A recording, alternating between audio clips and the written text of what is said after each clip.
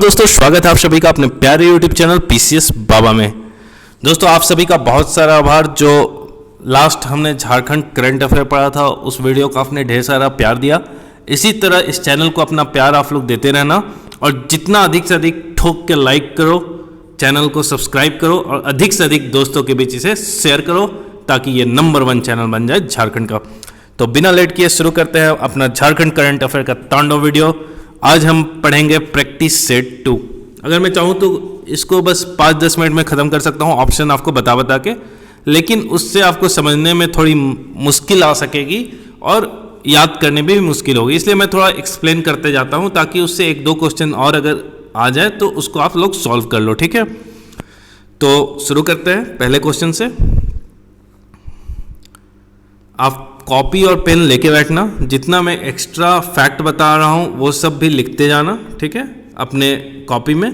और साथ में जब पूरा सेट खत्म हो जाएगा तो इसका मैं कंबाइंड PDF जो है ये सेट का दे दूंगा ताकि आप बाद में भी उसे रिवाइज कर सको। ठीक है, तो शुरू करते हैं। झारखंड के किन 2 कुलपतियों को अगर इंग्लिश में आप बोलो तो वो होता है वाइस चांसलर। ठीक है, वाइस चांसलर। तो झारखंड के किन 2 कुलपतियों मतलब वाइस चांसलर को कर्नल की मानद उपाधि से सम्मानित किया गया है, उन्हें कर्नल का उपाधि दिया गया है। आपके ऑप्शन है, option number A doctor Manuriya Minj, option number B doctor Mukul Narayan Dev, option number C doctor Sona Jhariya Minj, या ऑप्शन नंबर D B और C दोनों। जल्दी बताओ करेक्ट आंसर क्या होगा इसका। जो क्वेश्चन नंबर 1 है उसका करेक्ट आंसर हो जाएगा ऑप्शन नंबर D मतलब B और C दोनों। ठीक है, तो इन लोगों को जो ये अवार्ड है उसे दिया है, किसने दिया है? गवर्नर ने दिया है। हमारे गवर्नर साहब ने इन्हें अवार्ड दिया है। और ये कर्नल की उपाधि क्यों दी गई? क्योंकि ये दोनों जो है ना, इन्हें सेलेक्ट किया गया था मिनिस्ट्री ऑफ डिफेंस से। ठीक है, जो रक्षा मंत्रालय वहाँ से ये दोनों आए थे मिनिस्ट्री से और यहाँ पे ये कुलपति बने थे। तो इनमें आप देखोगे जो डॉक्टर मुकुल नारायण देव है ये VBU से हैं, ठीक है, विनोबा भावे यूनिवर्सिटी से। और डॉक्टर सोनझरिया मिंज जो है ये है सिद्धू कानू मुर्मू यूनिवर्सिटी से। सिंधु लिख दिया, सिद्धू कानू मुर्मू यूनिवर्सिटी से। ठीक है, तो इन दोनों को दिया गया है आपका कर्नल की उपाधि क्योंकि इन्होंने NCC में लोगों को आने के लिए इनकरेज किया, जो नेशनल कैडेट कॉर्प्स होता है, और उसको बढ़ावा दिया ताकि जो भी यूथ यंग जनरेशन वो NCC में पार्टिसिपेट करे और देश की सेवा करे। ठीक है, तो अब आते हैं हम क्वेश्चन नंबर 2 में। विचार के 11 अध्याय बुक के लेखक कौन है? बहुत इंपॉर्टेंट क्वेश्चन है ये। आपके ऑप्शन है, option number A Saryu Rai, option number B Dinesh Oraon, option number C Rabindranath Mahato, या option number D Sanjay Seth. आप कॉपी पेन लेके बैठो और तुरंत वीडियो पॉज करो, वहां पे आंसर लिखो, देखो कि आपकी तैयारी किस लेवल की है। ठीक है,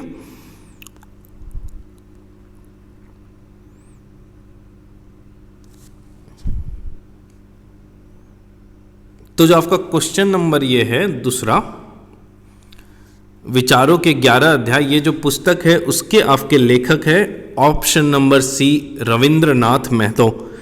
और इस बुक में इन्होंने लिखा है झारखंड के इतिहास के बारे में ताकि जो आने वाली जनरेशन है वो पढ़े और इतिहास को अच्छे से समझ सके। और रविंद्रनाथ महतो जी की बात करें तो ये स्पीकर है। ठीक है, स्पीकर हैं मतलब आपके अध्यक्ष हैं कहाँ के? झारखंड के विधानसभा के। ठीक है, झारखंड जो विधानसभा है उसके स्पीकर है रविंद्रनाथ महतो और उन्होंने ये किताब लिखा है विचारों के 11 अध्याय। उसके बाद दिनेश उरांव जो हैं ये BJP से हैं और ये स्पीकर रह चुके थे, मतलब पहले के स्पीकर थे। 2014 से 19 तक आप देखोगे तो ये स्पीकर रह चुके थे। उसके बाद सरयू राय की बात करें तो सरयू राय का आपका इम्पॉर्टेंट है, कुछ किताबें वो आपको याद रखनी है क्योंकि बार बार एग्जाम में उससे क्वेश्चन आते हैं। तो उनका एक किताब है मैनहर्ट नियुक्ति घोटाला। ठीक है, मैनहर्ट नियुक्ति घोटाला। ठीक है, मैनहर्ट नियुक्ति घोटाला एक उनका किताब है, बुक है। और दूसरा उनका बुक है लम्हों की खता।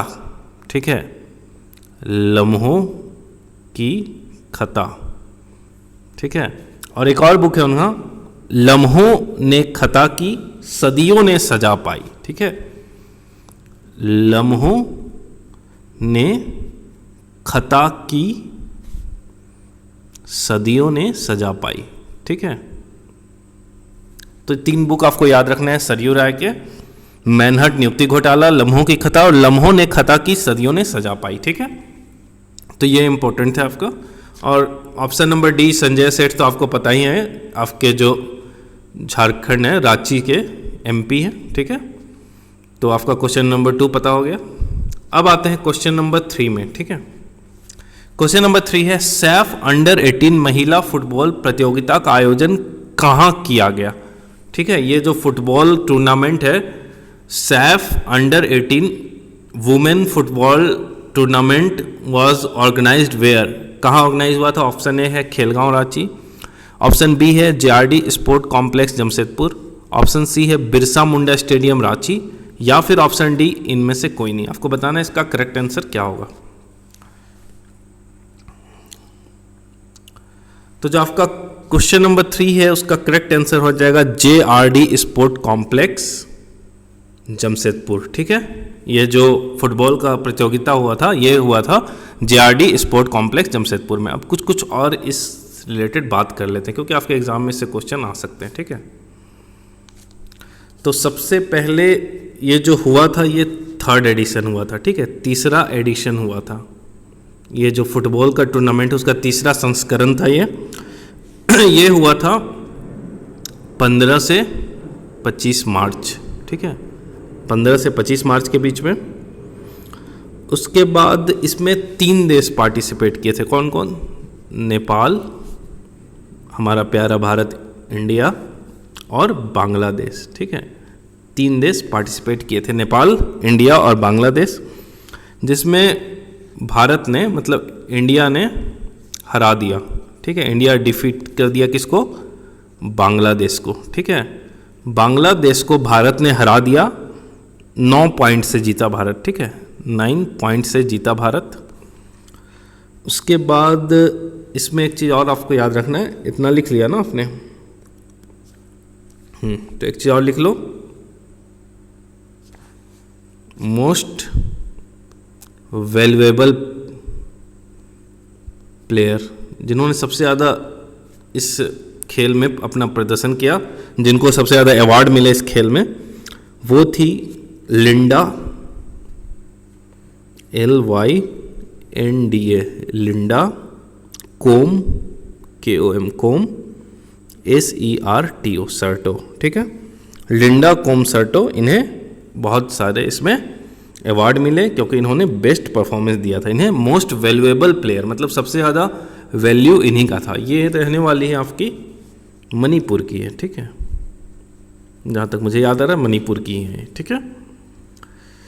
तो ये आपका हो गया सैफ अंडर 18 रिलेटेड जितना भी इंपॉर्टेंट क्वेश्चन थे, ये मैंने आपको करा दिया। अब आते हैं हम क्वेश्चन नंबर 4 में।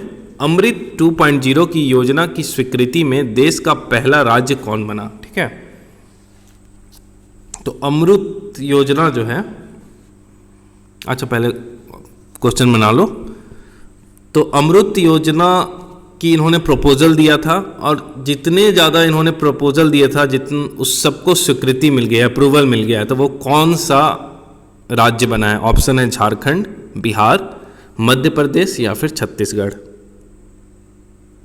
तो क्वेश्चन नंबर 4 का करेक्ट आंसर हो जाएगा आपका ऑप्शन नंबर ए, झारखंड, ठीक है। अब थोड़ा हम इसके बारे में डिटेल पढ़ लेते हैं। अमृत योजना, ठीक है। अमृत या फिर इंग्लिश में इसे अमृत लिखते हैं, AMRUT। इसका फुल फॉर्म है आपका अटल मिशन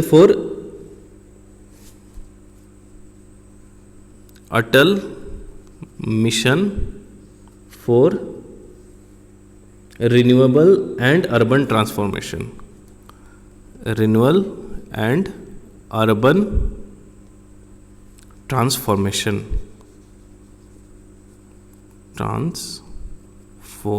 ये तो आपको कहीं मिल जाएगा अमृत का फुल फॉर्म।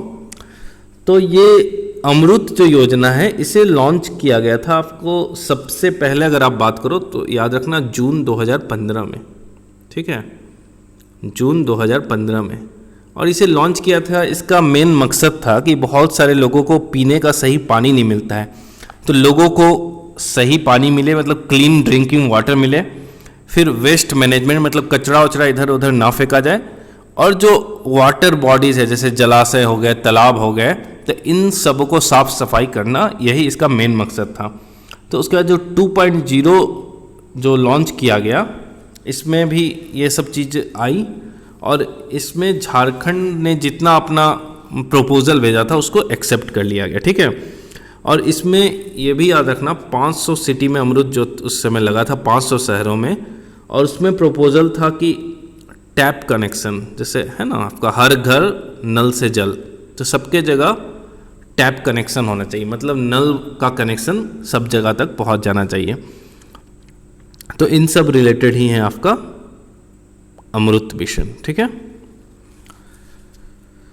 अब आते हैं हम नेक्स्ट क्वेश्चन में। क्वेश्चन नंबर 5, सैफ अंडर 18 महिला फुटबॉल चैंपियनशिप का विजेता कौन बना? सैफ अंडर 18 जो महिला फुटबॉल चैंपियनशिप हुआ था, उससे किसने जीता? तो मैंने अभी आपको जो डिटेल में वीडियो बताया, उसी में आपको मैंने बता दिया कि बांग्लादेश को हरा दिया गया। किसने हराया? भारत ने हराया, ठीक है। तो जो क्वेश्चन नंबर 5 है उसका करेक्ट आंसर हो जाएगा आपका ऑप्शन नंबर सी, भारत, ठीक है। अब आ गया क्वेश्चन नंबर 6, बहुत इंपॉर्टेंट क्वेश्चन है। सिकटिया मेगा लिफ्ट सिंचाई योजना से लाभान्वित होने वाले जिले कौन कौन से हैं? ठीक है, सिकटिया वाला जो प्रोजेक्ट चल रहा है, मेगा लिफ्ट इरिगेशन प्रोजेक्ट, मतलब सिंचाई योजना, उससे कौन कौन से जिले को लाभ होगा, ठीक है। तो आपके ऑप्शन है देवघर दुमका, देवघर जामताड़ा, देवघर गोड्डा, या फिर option number D Sahebganj Pakur.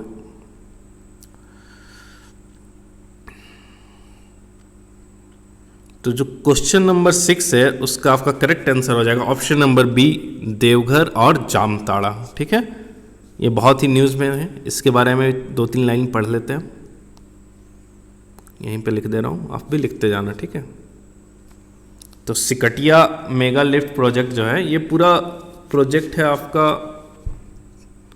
484.35 crore का, समझे। और इसमें 4 ब्लॉक जो हैं देवघर और जामताड़ा हैं, उसको इससे फ़ायदा होगा, ठीक है। 4 ब्लॉक किसके किसके? जामताड़ा और देवघर के 4 ब्लॉक को फ़ायदा होगा। और उनका नाम क्या क्या है, तो नाम भी देख लो अगर देखना है आपको, तो सरथ है, SARATH, सारथ, कारो,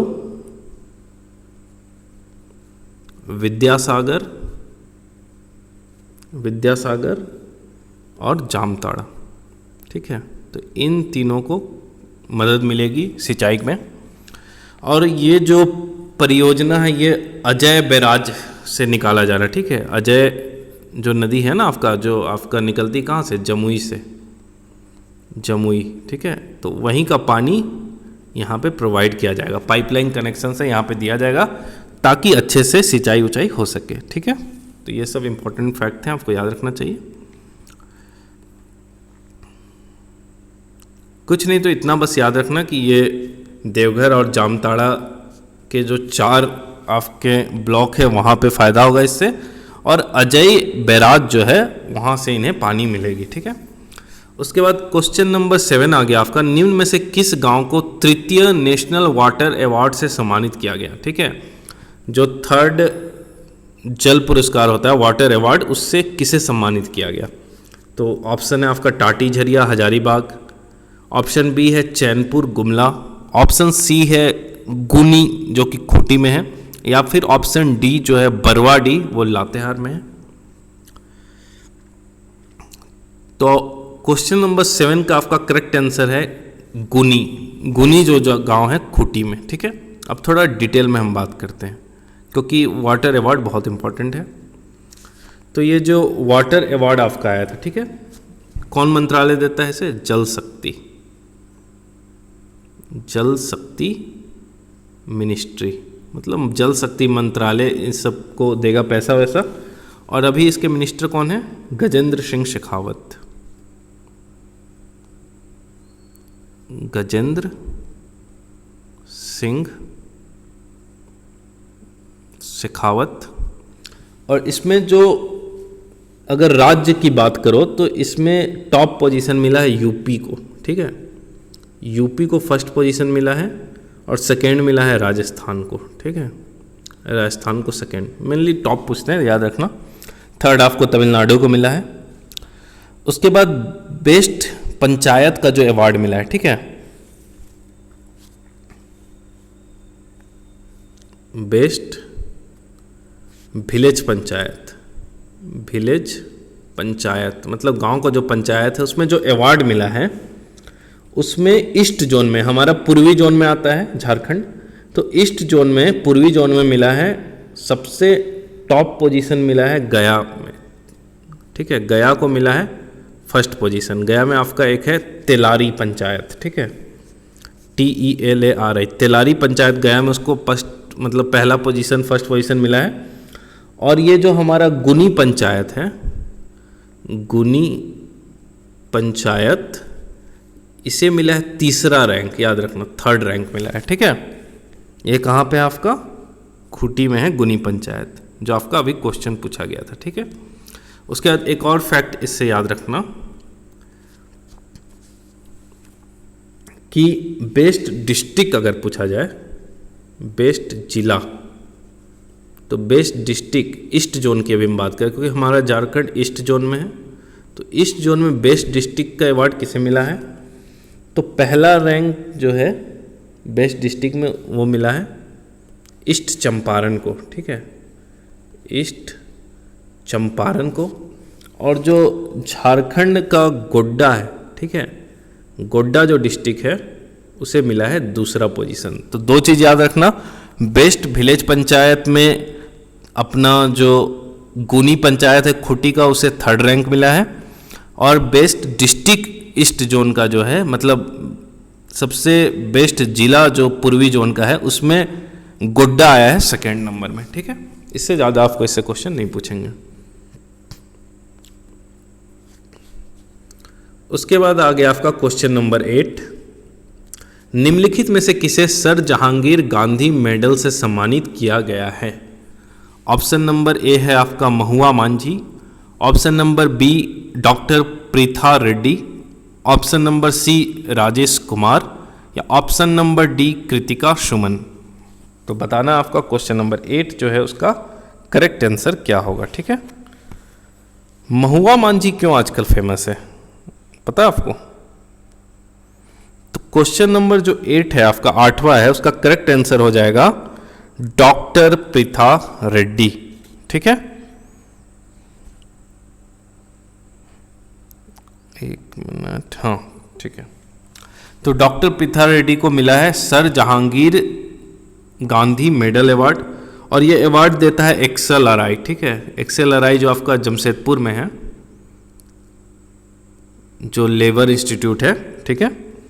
तो वो ये अवार्ड देता है कि जो शांति के लिए काम करते हैं, ठीक है, इंडस्ट्रियल मतलब औद्योगिक, या फिर सोशल मतलब सामाजिक, औद्योगिक या सामाजिक जो शांति के लिए, पीस के लिए बात करते हैं, उन्हें ये अवार्ड दिया जाता है।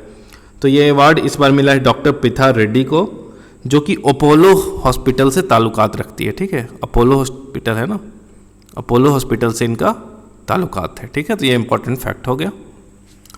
अब आते हैं हम क्वेश्चन नंबर 9 में, स्वच्छ विद्यालय स्वच्छ बच्चे अभियान 2022 का शुभारंभ किनके द्वारा किया गया है। तो सबसे पहले ऑप्शन देख लो, हेमंत सोरेन, जगन्नाथ महतो, ऑप्शन बी रमेश बैस, मिथिलेश ठाकुर, पेयजल विभाग वाले, हेमंत सोरेन, मिथिलेश ठाकुर, या फिर हेमंत सोरेन, बन्ना गुप्ता। सबसे पहले आपको पता होना चाहिए सब कौन कौन है। हेमंत सोरेन तो आपको पता है CM है, जगन्नाथ महतो क्या है, एजुकेशन, ठीक है, मिथिलेश ठाकुर पेयजल वाले, फिर बन्ना गुप्ता हेल्थ डिपार्टमेंट है इनके पास, ठीक है। तो क्वेश्चन नंबर 9 का करेक्ट आंसर क्या होगा? क्वेश्चन नंबर जो 9 है उसका करेक्ट आंसर हो जाएगा option number A, Hemant Soren, Jagannath Mahato. अगर आपको याद रहता कि जगन्नाथ महतो शिक्षा मंत्री है तो डायरेक्ट आप यहाँ से टिक कर सकते थे। ये अभियान आपका लॉन्च किया गया था 24 मार्च 2022 को, ठीक है। 24 मार्च 2022 को ये जो अभियान है वो लॉन्च किया गया था।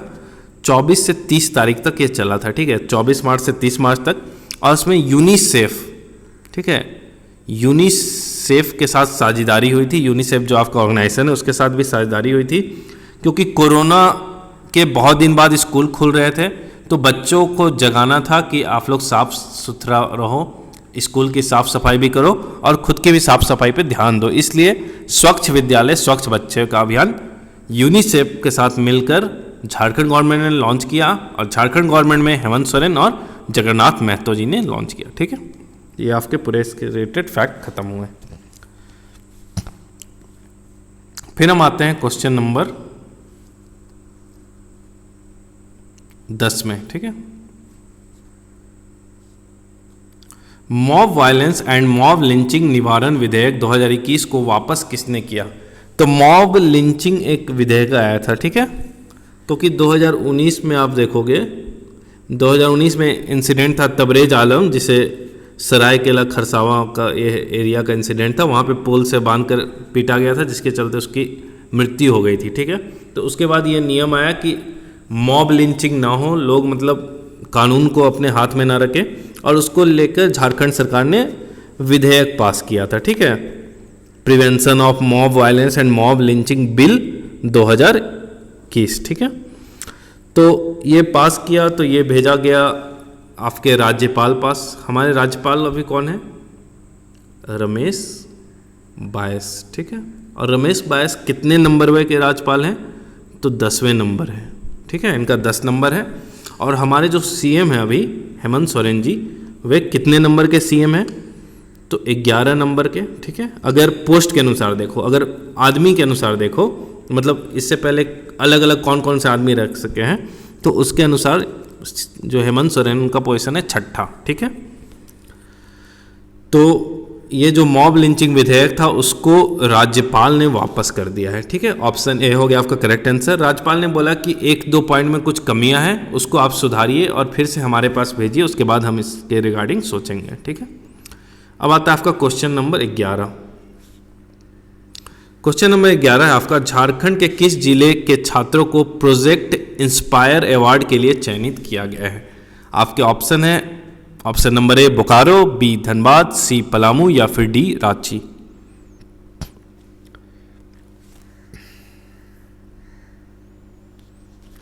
तो अगर क्वेश्चन नंबर 11 की बात करें तो करेक्ट आंसर हो जाएगा ऑप्शन ए बोकारो। 3 स्टूडेंट को सिलेक्ट किया गया है, और 3 स्टूडेंट कहाँ के थे? डीपीएस बोकारो। ठीक है, दिल्ली पब्लिक स्कूल जो बोकारो है आपका, वहाँ के स्टूडेंट थे ये लोग। और department of science and technology सबको देखता है। ठीक है, जो विज्ञान और प्रौद्योगिकी विभाग है।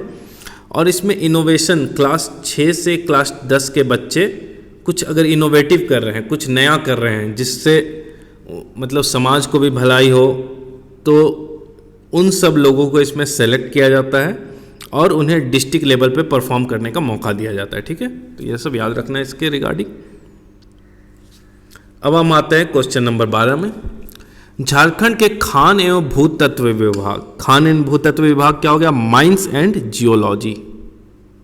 माइंस एंड जियोलॉजी, जिसकी हमारी पूजा सिंगल थी ना, जो अभी हवा खारी जेल की। ठीक है, तो यही इसकी सेक्रेटरी थी ना, पूजा सिंगल जी। ठीक है, तो झारखंड के खान एवं भूतत्व विभाग ने डिस्ट्रिक्ट मिनरल फाउंडेशन की कार्य प्रणाली बेहतर करने के लिए किसके साथ एमओयू साइन किया है? मतलब किसके साथ एमओयू साइन किया कि भैया हमको अपना जो काम करने का तरीका उसको बेहतर करना है, ताकि माइंस से जो नुकसान हो रहा हो वो ना हो और अधिक से अधिक लोगों को फ़ायदा हो।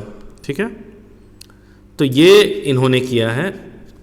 अब इतना क्या पढ़ोगे, डायरेक्ट मैं आंसर बता दे रहा हूँ। इसका करेक्ट आंसर है ऑप्शन नंबर ए। ठीक है, यह है आई फॉरेस्ट, FOREST। ठीक है, IFOREST, वही लिखा हुआ है आई फॉरेस्ट। ठीक है, तो इसका फुल फॉर्म है आई फॉरेस्ट का international forum for environment sustainability and technology. ठीक है, आई फॉरेस्ट का ये फुल फॉर्म फिर से सुन लो, international for environment sustainability and technology. ठीक है, इंटरनेशनल फोरम है ये क्या काम करता है? इम्प्रूव करता है, जो भी डिस्ट्रिक्ट माइनिंग फाउंडेशन है उसको इम्प्रूव कराएगा। ठीक है, और पहले जो माइनिंग जियोलॉजी थी उसकी सेक्रेटरी थी पूजा सिंघल, जो कि अभी जेल की हवा खा रही। ठीक है, अब आते हैं क्वेश्चन नंबर 13 में। झारखंड प्रदूषण नियंत्रण बोर्ड के अध्यक्ष AK रस्तोगी। ठीक है, एक और आपको यहाँ क्वेश्चन मिल गया कि झारखंड प्रदूषण नियंत्रक बोर्ड मतलब झारखंड पॉल्यूशन कंट्रोल बोर्ड के जो चेयरमैन है वो कौन है, तो AK रस्तोगी, याद रखना, ने प्रदेश में कब से थर्मोकोल और प्लास्टिक से निर्मित सामान पर प्रतिबंध लगाया है। बहुत इंपॉर्टेंट क्वेश्चन है, इस तरह क्वेश्चन छपेंगे ही। ऑप्शन नंबर ए 1 जुलाई 2022, ऑप्शन नंबर बी 25 अगस्त 2022, ऑप्शन सी 10 जून 2022 या फिर ऑप्शन डी 20 जुलाई 2022। तो जो आपका क्वेश्चन नंबर 13 है उसका करेक्ट आंसर है, एक मिनट, ऑप्शन नंबर ए 1 जुलाई 2022 के बाद थर्मोकोल हो गया, प्लास्टिक हो गया, सब पूरी तरह बैन हो गया है। बाकी जगह भी आप देखोगे तो देखने को मिलेंगी, लेकिन रांची में आपको बहुत कम जगह है कि देखने को मिलेगी। और अभी भी आपको कोशिश नहीं करना चाहिए कि बार बार दुकानदारों पे प्रेशर डालें कि भैया प्लास्टिक दे दो, प्लास्टिक दे दो। आपको कोशिश करना चाहिए कि आप हमेशा एक पतला सा बैग अपने पर्स में लेके, पर्स बोल रहा हूँ, अपने पैकेट में लेके घूमो, या फिर बैग टांग रहे हो तो उसमें लेके घूमो, ताकि आपको किसी तरह की भी प्लास्टिक की ज़रूरत ना पड़े और हमारा जो पर्यावरण है उसकी रक्षा सुरक्षा हो सके। ठीक है, तो ये यूनियन मिनिस्ट्री ऑफ जो फॉरेस्ट इन्वायरमेंट और क्लाइमेट चेंज होता है, जो केंद्रीय मंत्रालय है वन, पर्यावरण और जलवायु परिवर्तन का, उसने ही ये घोषणा किया था कि जितने भी भारत के राज्य हैं सब प्लास्टिक को बैन कर दे पूरी तरह 1 जुलाई 2022 से। ठीक है,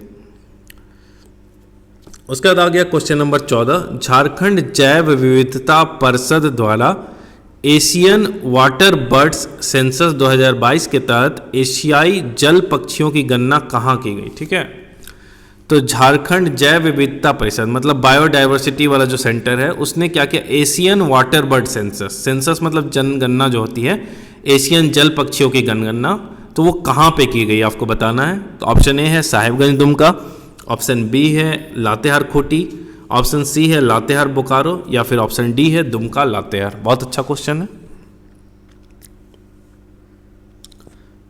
तो जो आपका क्वेश्चन नंबर 14 है 14, उसका करेक्ट आंसर हो जाएगा option number B Latehar Khunti. ठीक है, और लातेहार खूंटी में इससे और एक दो फैक्ट याद कर लो जो एग्जाम में बार बार पूछेंगे इससे। ठीक है, तो अगर आप लातेहार में देखोगे तो लातेहार में आपका है ललमटिया डैम। ठीक है, ललमटिया डैम, वहीं पे ये सब काम हो रहे हैं। यहाँ पे बहुत सारे प्रवासी पक्षी आते हैं। ठीक है, माइग्रेटरी जो बर्ड होते हैं विदेशों से, वो बर्ड आते हैं, वो चिड़ियाँ आते हैं और नज़ारा बहुत ही खूबसूरत होता है। हाल ही में अनाउंस किया गया है यहाँ पे कि बर्ड वॉच टावर बनाया जाएगा। ठीक है, एक टावर बनाया जाएगा ललमटिया डैम के पास ही, जहाँ से वहाँ खड़े होके आप आराम से पक्षियों को देख सको। ठीक है, तो इतना याद रखना, ललमटिया डैम, प्रवासी पक्षी आते हैं कब, ठंड के टाइम में। ठीक है, उसके बाद कांति जलप्रपात भी आपको लातेहार में, ये सब तो आपको पता होगा। उसके बाद खूंटी जिले में आपका है लतरातू डैम। ठीक है, लतरातू डैम, ये बेसिकली आप देखोगे तो रांची और खूंटी के बॉर्डर वाले एरिया में। ठीक है, रांची और खूंटी के बॉर्डर एरिया में है, और यहाँ भी आपकी जो पानी वाले जो जल पक्षी हैं उनकी गणना की जाएगी। ठीक है, तो दो चीज़ याद रखना, लातेहार में ललमटिया डैम और आपका खूंटी में हो गया लतरातू डैम। ठीक है, खूंटी और रांची के बॉर्डर में। अब आया हमारा आज का last question, question number 15। Neelachal Ispat Nigam limited का अधिग्रहण किसके द्वारा किया गया। नीलांचल जो इस्पात निगम लिमिटेड मतलब स्टील लिमिटेड है, उसको किसने एक्वायर कर लिया है, किसने अधिग्रहण किया है। ठीक है, ऑप्शन है आपका Jindal steel power limited, option B Nalwa steel power limited, option C Tata steel, या फिर ऑप्शन डी बोकारो। तो क्वेश्चन नंबर 15 का आपका करेक्ट आंसर हो जाएगा option number C Tata steel. Tata steel को इसके लिए लगभग आपको 12,100 करोड़ रुपए देने पड़े। ठीक है, तब उसने नीलांचल को खरीद लिया है।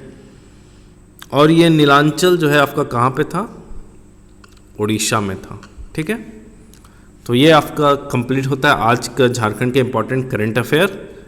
एक बार आप स्क्रीनशॉट ले सकते हो, ले लो, जिससे आपका प्रैक्टिस के लिए अच्छा हो जाएगा। तो बताना आपको वीडियो कैसा लगा, और जल्द ही हम आगे वीडियो में मिलते हैं। और इससे पहले मैंने बुलडोज़र सीरीज़ अपलोड किया था, झारखंड का जीके का बहुत ही अच्छे क्वेश्चन का कलेक्शन है, उसको ज़रूर देखना, उससे डायरेक्ट क्वेश्चन आपके एग्ज़ाम में आएंगे। ठीक है, तो आज के लिए इतना ही, मिलते हैं नेक्स्ट वीडियो में। जय हिंद दोस्तों।